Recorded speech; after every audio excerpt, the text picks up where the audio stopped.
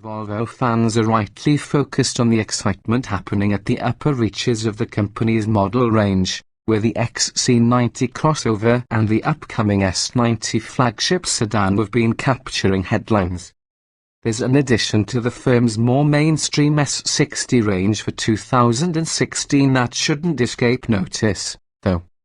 Salient facts about this S60 Inscription model are that it has a 3.1-inch longer wheelbase to add 3.0 additional inches of legroom into the back seat and, like many other Volvos of late, its drivetrain is a fresh 2.0-litre direct-injected turbo 4 mated to an 8-speed automatic transmission. Oh, and it's built in China, homeland of Volvo's corporate parent, Geely. This stretched Volvo was devised for and is built only in that country, where many owners prefer to sit in the rear and let someone else deal with some traffic nightmares. There, it's called the S60L and, presumably, pride attaches to local assembly in Chengdu. Here, it's a sort of pioneer, among all production cars available in the US as of this writing. The Inscription alone wears made in China labels. Other S60s hail from Sweden. Instead of S60L, the model is known here as the Inscription, which at least it has the distinction of being a word rather than another alphanumeric complication in a range that already has plenty of those. Available with either front-wheel drive as in our test car or all-wheel drive, which brings a 2.5-litre turbo 5-cylinder and a 6-speed automatic, the Inscription comes in 2 trim levels, Premier or Platinum. This example was a Platinum, which bumps the PYN upward by $3,000 and brings premium sound Harman Kardon, high-tech headlights Bixenants that point where you steer and have their own washers, and equipment Premier buyers get only by choosing both the convenience passive entry, grocery bag holders, power attracting mirrors and technology option packages. A long list of safety add-ons we'll address later. All luxe, no sport. What a front-wheel drive Inscription can't have is any other powertrain. The turbocharged 2.0-litre makes 240 horsepower in this T5 guys. Volvo makes a T6 version using both a supercharger and a turbo to generate 302 horsepower, but offers it only in the standard wheelbase model, which we tested previously. Our most recent S60 test was of the special edition Polestar variant propelled by a 345 horsepower Inline-6 engine that has no place in Volvo's future, mated to a 6-speed automatic, also not part of the brand's long-term plans, and all-wheel drive. With more Volvo to move and fewer ponies to pull it, the Inscription proved to be the slowest S60 we've tested. The 3,698-pound Inscription got to 60 miles per hour in 6.3 seconds, or 0.9 seconds slower than the standard wheelbase T6 that weighed 14 pounds more. Still, that's 0 to 60 mph time, along with a 14.7 second, 97 miles per hour quarter-mile sprint, constitutes a good, solid performance. An above the average 0.90 grams rating on the skid pad was somewhat offset by determined understeer, although the S60 Inscription showed measurably more road holding and braking grip than we recorded in our earlier test of the standard wheelbase T6 model, which rode on essentially the same tires. So much for track numbers. Over the road, the longer wheelbase not only adds 3 cubic feet of cabin volume behind a pillar, it improves the ride quality over rough pavement.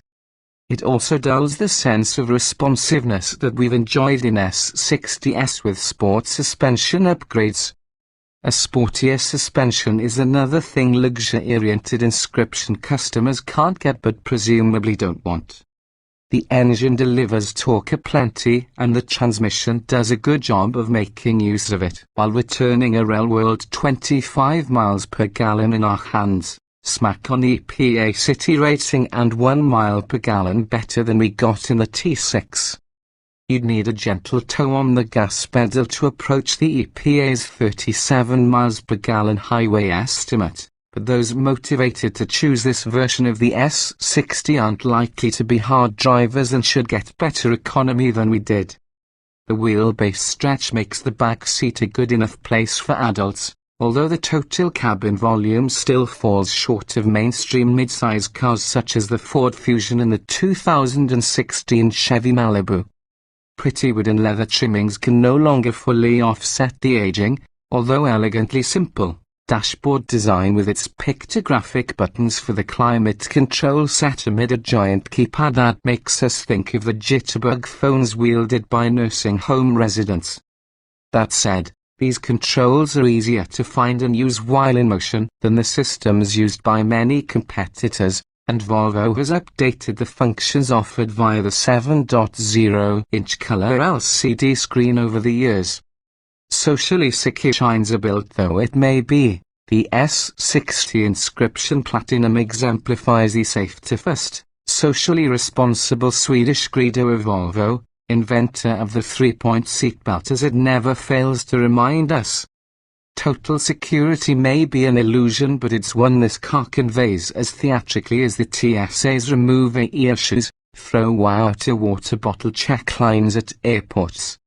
Start with Bly, which uses radar to provide front and rear park assist, cross-traffic alerts, and a lane change merge aid. The technology package that comes standard on the Platinum trim level adds pedestrian and cyclist detection, a low-speed collision avoidance system that detects people and will stop the car to prevent hitting them, active high beams, road sign information cameras read speed limit signs, and the car can inform the driver if he's speeding. Adaptive cruise control with Q Assist set the cruise speed as low as 19 miles per hour and it'll follow the car ahead down to a full stop. Collision warning with full auto brake, driver alert control, and lane keeping aid. Some of these warnings and alerts and messages can be turned off or adjusted to lower sensitivity. Their frequent intrusion makes one wonder where the line is between keeping people safe and the simple sales-enhancing tool of reminding the consumer that the expensive systems he or she paid for are there and working. Negotiating a commute in the Inscription with the default settings leaves an impression that all that stands between you and your loved ones being torn asunder and set aflame is the arsenal of benevolent electronic overlords. The parent of a new teenage driver might welcome the car's assistance in making the point that driving is a serious matter, but the drumbeat of warnings and alerts does tend to undermine any sense that mastery of the skills involved could be an enjoyable pursuit. Comfortable and quiet with plenty of entertainment options to be found via the console screen, the Inscription's appeal resides as much in the back seat as it does behind the wheel. Speaking of entertainment reminds us of a glitch we experienced. One driver started this car and found nothing that uses the speakers would work. There's a way to mute the various systems, which he thought was the problem, but not even cycling the engine off and back on worked to restore audio. Finally, the navigation, voice control, and audio entertainment systems came back to life only following a stop for gas, which must have triggered what the software geeks among us would call a cold reboot. Cue Chinese assembly joke. Not so fast. We saw an even more severe case of electronic brain fade in our long-term test of a 2012 S60. One can only hope the array of electronic safety nannies is less inclined to take unscheduled naps. As for the Inscription's enlarged rear seat, it's more appropriate for naps of the humankind.